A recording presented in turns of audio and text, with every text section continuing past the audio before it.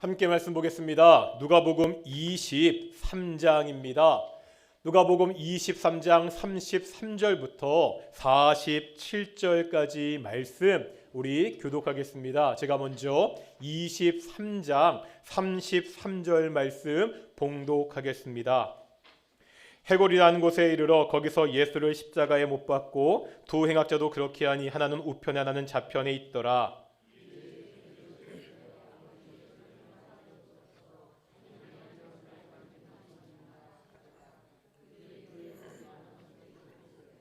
백성은 서서 구경하는데 관리들은 비웃어 이르되 저가 남을 구원하였으니 만일 하나님이 택하신 자 그리스도이면 자신도 구원할지어다 하고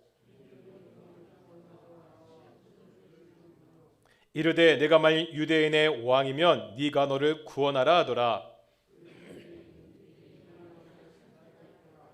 달리 행악자 중 하나는 비방하여 이르되 네가 그리스도가 아니냐 너와 우리를 구원하라 하되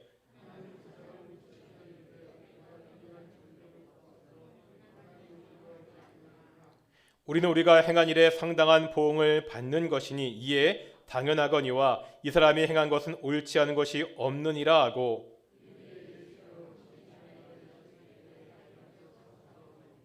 예수께서 이르시되 내가 진실로 내게 이르노니 오늘 내가 나와 함께 낙원에 있으리라 하시니라.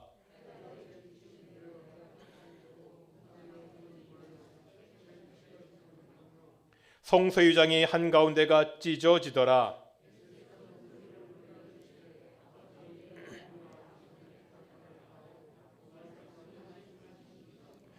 함께 읽겠습니다. 백부장이 그 된 일을 보고 하나님께 영광을 돌려 이르되 이 사람은 정녕 의인이었도다 하고 아멘.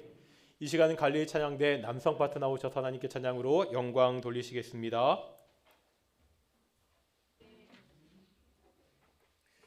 예, 찬양 감사합니다. 날씨가 많이 따뜻해졌고요. 자, 이렇게 꽃이 필 때가 되면 항상 성도들과 함께하는 인사가 있죠. 앞에도 예쁜 꽃이 있는데 우리가 어떻게 인사하죠? 기억나십니까? 우리 앞뒤 자분들 보면서 당신이 꽃보다 아름답습니다. 한번 인사하겠습니다. 시작. 당신이 꽃보다 아름답습니다. 예, 맞지요? 다시 한번 인사하겠습니다. 하나님이 우리와 함께 하십니다. 오늘도 꽃보다 아름다운 동인의 성도들이 하나님과 함께 하시는 귀한 예배드리는 시간이 되기를 축원합니다. 무궁화는 우리나라 국화죠. 중국 사람들은 이 무궁화를 별로 좋아하지 않는다고 합니다. 꽃이 하루도 못 가서 떨어진다고 하루 영화꽃이다 이렇게 부릅니다. 중국 사람들에게 무궁화는 가진 것을 뽐내는 소인배의 꽃입니다. 하지만 윤선도의 시에 보면 이런 구절이 있습니다. 오늘 핀 꽃이 내일까지 빛나지 않는 것은 한 꽃으로 두 해님 보기가 부끄러워서다. 윤선도는 무궁화가 하루만 피고 지는 것을 어떻게 노래하고 있지요?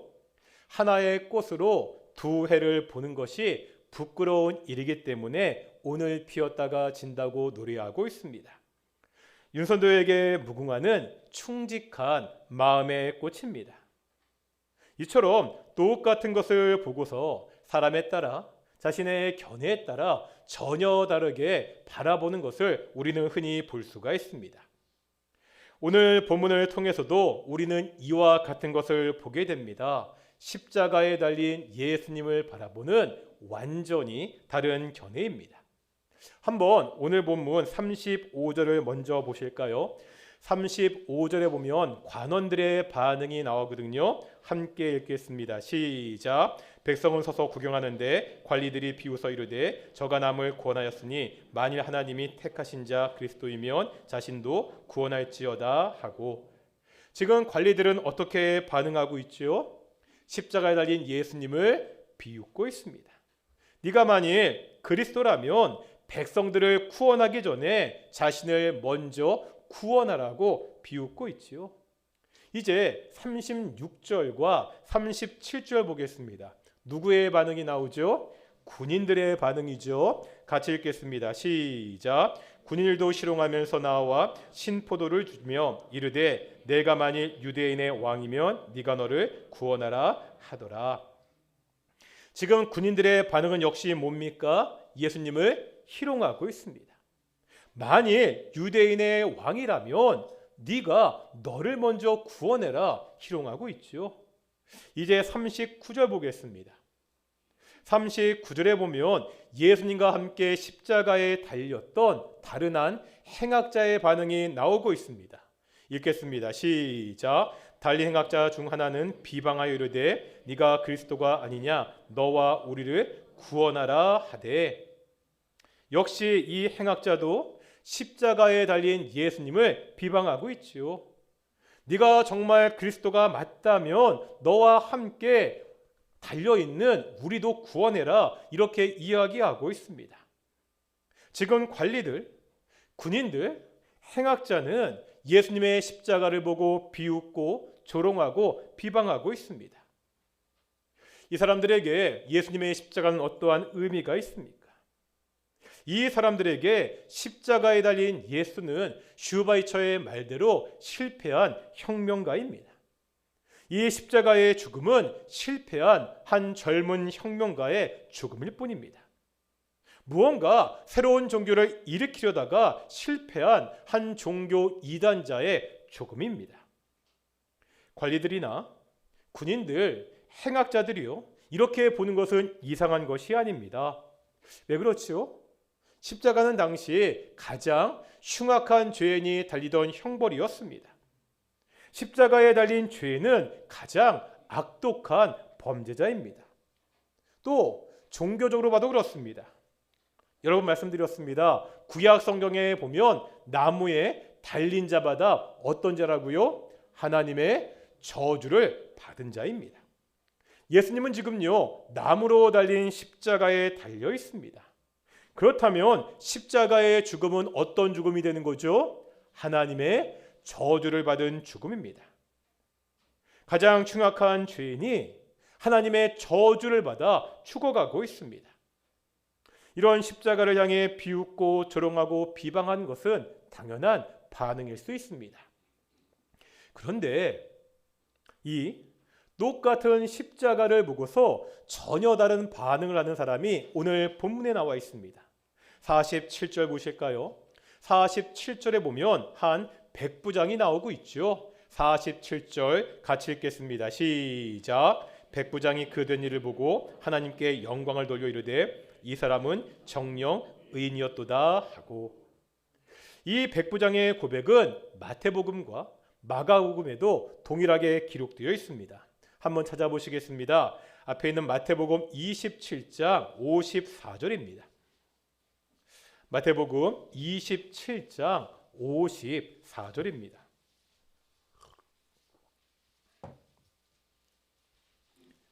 (27장 54절) 함께 읽겠습니다. 시작. 백부장과 및 함께 예수를 지키던 자들이 지진과 그 일어난 일들을 보고 심히 두려워 이르되 이는 진실로 하나님의 아들이었도다 하더라.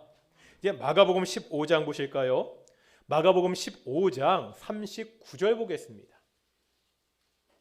마가복음 15장 39절입니다. 15장 39절 같이 읽겠습니다. 시작. 예수를 향하여 섰던 백부장이 그렇게 숨지심을 보고 이르되 이 사람은 진실로 하나님의 아들이었도다 하더라. 지금 한쪽에서는요 십자가에 달린 예수님을 보고 조롱하고 비난하고 있습니다.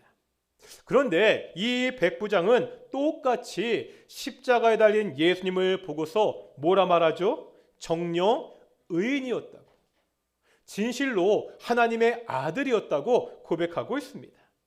같은 십자가를 보는 그 견해와 반응이 정반대로 나타나고 있습니다. 이 장면을 어떻게 이해해야 됩니까? 상반된 모습을 보는 이 두 반응을 우리가 어떻게 해석해야 되지요? 십자가를 비방하고 조롱하는 사람들이 잘 알지 못하는 것이 있습니다. 그 사람들이 지금 오해하는 것이 있습니다. 바로 메시아에 대한 이해입니다. 이 사람들은 메시아에 대한 잘못된 생각을 가지고 있습니다. 예수님은 메시아가 맞지요. 예수님은 그리스도가 맞습니다. 하지만 이 사람들은요, 예수님이 수행하시는 이 메시아직에 대해서 올바른 이해가 없었습니다. 이 사람들은 고난받는 메시아를 이해할 수가 없었습니다. 예수님을 십자가를 비방하는 자들이 알고 있는 것은 오직 영광의 메시아입니다. 로마의 압제에 시달리고 있던 그 유다를 구원할 메시아, 다윗의 왕국을 새롭게 건설할 왕, 정치적이고 군사적인 메시아를 기다리고 꿈꿔왔습니다. 그러기에 이 사람들에게 십자가에 달린 메시아는 받아들일 수 있는 존재가 아니었습니다. 아니, 십자가에 저렇게 무기력하게 달려있는 그 예수가 그들의 메시아 그리스도가 될 수가 없었습니다. 반면 백부장은요, 십자가 앞에서 예수님에 대한, 메시아에 대한 올바른 인식을 하고 있습니다. 예수님이 메시아가 될 수 있는 것은 바로 십자가 때문입니다. 예수님이 이 땅에 오신 목적이 바로 이 십자가였습니다. 십자가를 통하여 우리의 죄를 속량하기 위해서 예수님이 이 땅에 오셨습니다. 지금 예수님은 십자가 위에서 자신의 사명을, 자신의 사역을 완성하고 있습니다. 이 십자가가 없이는 예수님이 온전한 메시아가 될 수 없습니다. 예수님은요, 우리의 죄를 대신해서 십자가에서 고난받는 메시아입니다. 예수님은 오직 십자가 위에서만 온전한 메시아가 될 수 있었습니다. 그렇다면요, 오늘날 교회도 마찬가지입니다. 우리 기독교가 기독교다울 수 있는 것은 바로 이 십자가 때문입니다. 교회가 교회다울 수 있는 것은 오직 이 십자가를 통해서입니다. 교회가 십자가의 영성을 잊는다면 더 이상 교회는 교회다울 수가 없습니다. 만약 교회가 십자가의 영성, 고난의 영성을 잊습니다. 영광의 신학, 성공의 영성만을 쫓습니다. 그러면 더 이상 예수님을 머리로 하는 교회일 수가 없습니다. 십자가에 달린 예수님을 비방하던 관리들, 군인들, 행악자와 다를 것이 없습니다. 불행히도 오늘날 한국 교회는 사회로부터 많은 비난을 받고 있지요. 사람들이 무엇을 비난하지요? 관원들, 군인들, 행악자와 같이 교회가 십자가를 졌기 때문에 비난하고 있습니까? 세상의 사람들이 십자가에 달리신 예수님을 조롱하고 있습니까? 그렇지 않은 것 같습니다. 요즘 교회가 세상에서 비난을 받는 것은 교회가 더 이상 십자가의 고난을 보여주지 못하기 때문입니다. 교회 안에서 십자가 달린 예수님이 더 이상 보이지 않기 때문입니다. 교회 안에서도 영광의 메시아만 바라보고 있습니다. 많은 성도들이 세속적 성공주의에 물들어 있습니다. 더 이상 사회에 낮은 것을 보지 못하고 높은 곳만, 양지만 향하고 있습니다. 세상이 말하는 성공의 잣대가 교회 안에서도 그대로 적용되고 있습니다. 제가 오랫동안 대학교 기독교 동아리에서 학생들을 지도했습니다. 그때 한 4학년 선배가 있었습니다. 군대를 다녀오고 바로 사법시험을 준비해서 4학년 초에 사법시험에 패스했습니다. 대단하죠? 남들은 졸업하고 몇 년을 준비해도 될까 말까 하는데 이 친구는 대학교 4학년 때 사법고시에 합격한 것입니다. 게다가 신앙도 굉장히 좋았습니다. 교회에서도 기독교 동아리에서도 4학년이 될 때까지 열심히 섬겼습니다. 그러다 보니까 동아리 후배들 중에 이 친구를 자신의 모델로 생각하는 후배들이 많았습니다. 좋습니다. 저도 굉장히 좋아하는 후배였습니다. 훌륭한 선배를 모델로 삼아 노력하는 것도 좋은 것입니다. 그런데 후배들의 시각을 한 번은 좀 잡아줄 필요가 있어서 제가 설교 시간에 이런 이야기를 한 적이 있습니다. 후배들을 보니까 우리 후배들 마음에 은연중에 이런 마음이 있었습니다.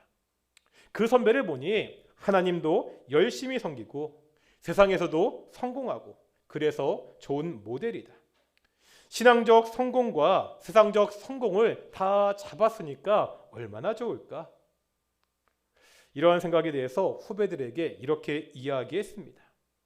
나도 그 선배가 너희들의 좋은 모델이라고 생각한다.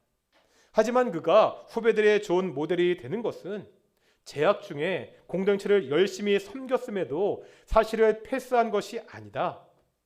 신앙적 성공과 세상적 성공을 둘 다 움켜잡은 것, 이것 자체가 모델이 될 수 없다. 이렇게 이야기했습니다.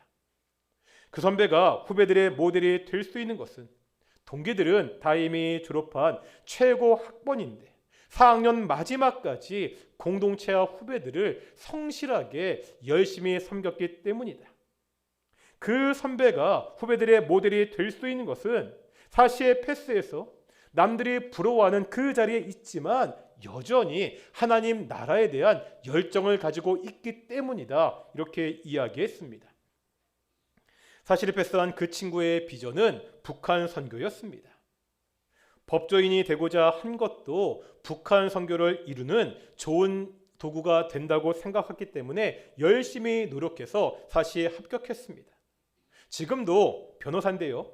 여전히 그 비전을 가지고 북한 선교를 위해서 열심히 노력하고 있습니다. 그래서 저는요, 그 친구가 후배들의 좋은 신앙의 모델이 된다고 생각합니다. 세상에서 높은 지위에 있던 성경의 모델을 이야기하면 많이 이야기되는 두 명의 사람이 있죠. 누구와 누구죠? 총리의 자리도 있었고 신앙도 좋았던 사람, 요셉과 다니엘입니다. 그런데 이 두 사람을 성도들이 잘못 이해할 수 있습니다. 말씀드렸듯이 세상적인 성공과 신앙이라는 두 마리 토끼를 잡았기 때문에 그 사람들이 모델이 되어서는 안 됩니다. 이 사람들은 세상의 성공을 위해서 노력했던 사람들이 아닙니다. 요셉이 왜 우리 신앙의 모델이 될 수 있지요? 총리가 되었기 때문입니까? 모진 역경 속에서도 하나님을 의지하며 자신의 신앙을 지켰기 때문입니다. 요셉의 세상적 성공은 그 다음이었습니다. 다니엘이 왜 우리의 모델? 요즘 이 다니엘을 자녀들의 모델로 많이 이야기하잖아요. 다니엘이 왜 우리 자녀들의 모델이 될 수 있지요? 역시 그가 총리가 되었기 때문입니까? 높은 주인이야, 신앙이냐의 그 선택에서 다니엘은 언제나 신앙의 길을 선택했습니다. 자신의 생명을 위협하는 그 위기의 상황에서 자신의 자리에 연연하지 않았습니다. 자신의 목숨마저 내놓으면서 자신의 신앙을 지켰습니다. 우리가 어려서 들어서 잘 알지 않습니까? 사자굴에 들어갔던 이야기. 그 신앙을 지키기 위해서 사자굴에 들어갔던 그 다니엘의 이야기를 어려서부터 들어서 알고 있습니다. 바로 그러한 다니엘을 하나님이 지켜주셨습니다. 하나님의 축복은 그 다음입니다. 요셉과 다니엘은 단순하게요, 세상의 성공과 신앙을 한꺼번에 잡으려고 했던 사람이 아니라는 겁니다. 물론 여기서 오해하지 말아야 되는 것이 있습니다. 지금요, 제가 드리는 말씀이 기독교인들은 세상의 높은 자리에 올라가서는 안 된다, 이런 말씀이 아닙니다. 세상에서 성공하면 제대로 된 기독교인이 아니라는 것도 아닙니다. 성공하고 부자가 되어서 좋은 신앙을 가지고 좋은 영향력을 끼칠 수 있습니다. 그런 분들도 많이 있습니다. 다만 중요한 게 있다는 거예요. 우선순위가 있다는 겁니다. 세상에 성공을 추구하는 길보다는 신앙이 우선입니다. 내가 추구하는 그 성공을 포장하기 위해서 신앙을 끌어다 쓰면 안 된다는 겁니다. 교회 안에서도 세상에서 성공해야 신앙도 좋은 사람으로 평가받아서는 안 됩니다. 대학 입시에 실패했다는 이유 때문에 교회에서 눈치가 보여서 신앙생활을 하는 것이 규칙이 되어서는 안 된다는 거예요. 우리가 잘 아는 복음성가가 있죠. 낮엔 해처럼 밤엔 달처럼. 대부분 아실 겁니다. 혹시 2절 가사가 어떻게 시작하는지 기억하십니까? 2절 가사 어떻게 시작하죠? 예수님처럼 바울처럼 그렇게 살 순 없을까? 예수님처럼 바울처럼 살 순 없을까? 이것은 우리의 삶에 어떠한 의미가 있습니까? 만약에 세상의 성공 신화가 우리의 모델이 된다면 예수님은 우리의 모델이 될 수가 없습니다. 젊은 나이 복음을 전하가 십자가에서 처절하게 죽었습니다. 그 예수님은 우리의 모델이 될 수 없습니다. 세상의 성공 신화가 우리의 모델이 된다면 사도 바울은 우리의 모델이 될 수 없습니다. 좋은 조건 다 버리고 평생을 떠돌아다니며 복음을 전했습니다. 그러다 모진 핍박받고 끝내 어떻게 죽었죠? 로마의 감옥에서 목이 잘려 죽었습니다. 그런 바울이 우리의 모델이 될 수가 없다는 거지요. 예수님은 제자들에게 무엇이라고 말씀하십니까? 다 같이 마태복음 16장 24절 보시겠습니다. 마태복음 16장 24절입니다.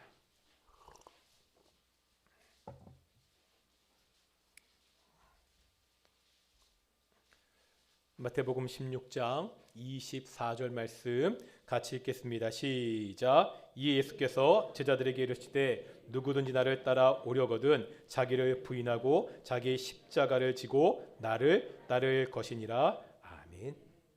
뭐라 말씀하시죠? 예수님이 제자들에게 자기 십자가를 지고 자신을 따르라. 예수님을 따르라고 말씀하고 있습니다. 오늘날 누가 예수님의 제자입니까? 우리가 예수님의 제자라고 말하지 않습니까? 어떻게 살아야 되죠? 우리 역시 예수님의 십자가를 지고 따라야 됩니다. 근본 하나님의 본체이신 예수님이 자신을 비워 종의 형체를 가지셨습니다. 사람들과 같이 되셨고 결국 가장 낮은 자리 십자가를 지셨습니다. 우리가 예수님의 제자라면 이 길을 따라야 한다는 거지요. 우리를 비워야 됩니다. 서로가 높아지려고 할 때 낮은 곳에 눈을 돌리며 그곳에 처할 줄 알아야 됩니다. 내가 높아지는 것이 아니라 다른 사람들을 섬기는 일이 일상화되어야 됩니다. 물론 우리가 이 땅에서 십자가의 삶을 살 때 때로 손해볼 수 있습니다. 다들 눈앞의 결과에 급급해하며 살아가지 않나요?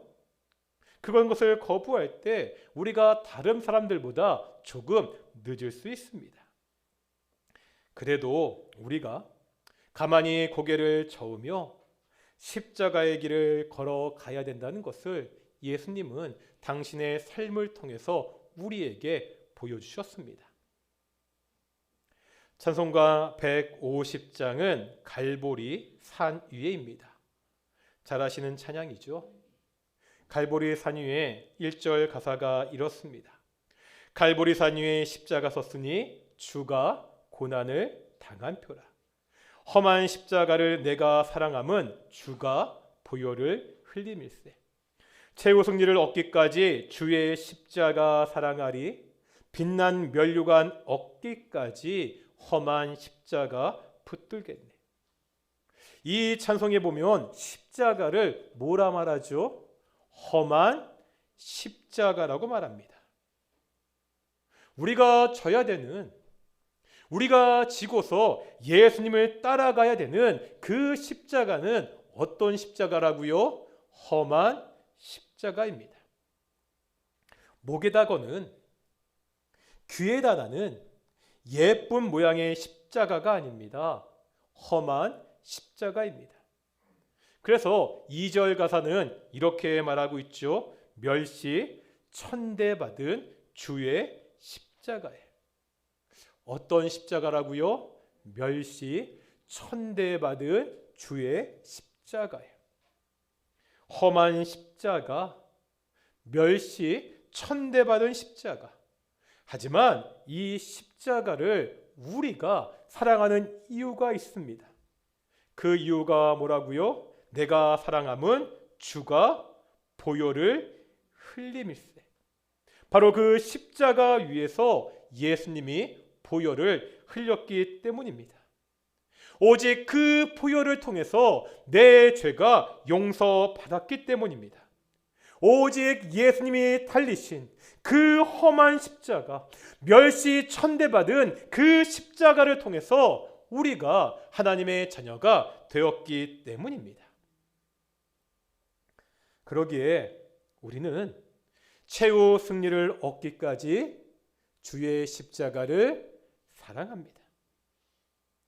빛난 면류관 받기까지 그 험한 십자가를, 멸시 천대받은 그 십자가를 오늘도 우리가 붙들고 살아갑니다. 이번 주간은 고난 주간입니다. 이 고난 주간 험한 십자가, 멸시 천대받은 이 십자가를 묵상하는 시간이 되기를 소망합니다. 예수님의 십자가를 묵상하는 것은 단순히 예수님이 육체적으로 얼마나 아프셨을까 그 고통만 생각하는 것을 넘어서는 일입니다. 예수님의 말씀처럼 예수님의 십자가를 지고 따르는 삶이 어떠한 삶인지 우리가 묵상해야 됩니다. 이번 일주일 예수님같이 낮아지고 섬기는 삶을 살겠다고 다시 한번 결단하는 귀한 시간이 되기를 소망합니다. 사랑하는 동인교회, 이 땅에 낮은 곳을 살피는 교회, 공동체 안에 연약한 사람들을 돌아보는 그런 교회가 되기를 축원합니다. 우리 함께 말씀을 묵상하며 함께 기도하기를 소망합니다. 험한 십자가, 멸시천대받은 그 십자가를 통하여 우리가 하나님의 자녀가 되었습니다. 하나님, 내가 이 십자가를 지고 예수님의 길을 따르겠습니다. 예수님이 낮아지셨듯이 내가 낮아져서 다른 사람들을 섬기겠습니다. 우리 동익교회, 이 땅에 낮아진 곳을 쳐다보는 교회, 살피는 교회가 되게 해주십시오. 우리 동익교회 서로 약한 자들을 돌보는 그런 교회가 되게 해주십시오. 우리 함께 기도하며 나아가겠습니다. 함께 기도하시겠습니다. 아버지 하나님,